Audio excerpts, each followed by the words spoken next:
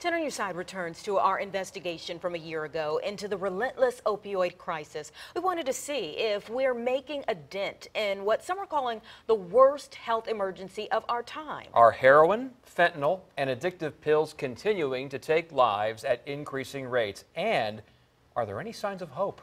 10 on Your Side's Chris Horne looks at where we are a year later. Chris? Tom, we revisited some of the people we interviewed at this time last year. People involved in law enforcement, the medical community, and outreach. The data shows that for many, the pain continues, but we're definitely seeing progress too. A mother who lost her 21-year-old daughter to an overdose. We have a long way to go. An ER doctor who treats those in the grip of addiction. The demon is out. Both see reasons for hope too.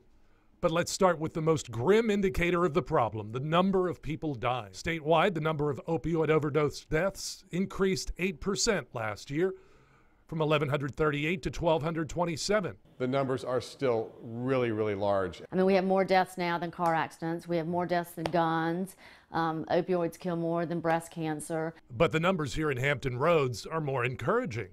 While Portsmouth and Suffolk had increases, the rest of the 7 cities all saw their numbers decline, from 15% in Virginia Beach and Chesapeake to a 35% drop in Hampton. Overall, our region had a 17% decrease in deaths.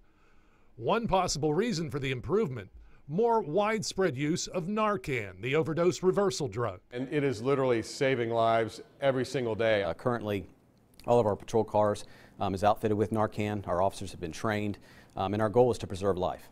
You don't have to be a first responder to use Narcan to save a life. Archie Boone is training more and more people how to use it. They're going to be coming in with the interest to save a life. They want to be empowered. Roommates and friends and people, loved ones who are aware of an addiction problem, they have naloxone ready, and I think we're seeing lives saved because of that. Fentanyl, on average 50 times more deadly than heroin, continues to be a major problem locally and nationwide. A lot of synthetic opioids that are out nowadays, fentanyl, carfentanil, it may take more doses of Narcan. A major fentanyl supplier to Hampton Roads is now serving life in federal prison.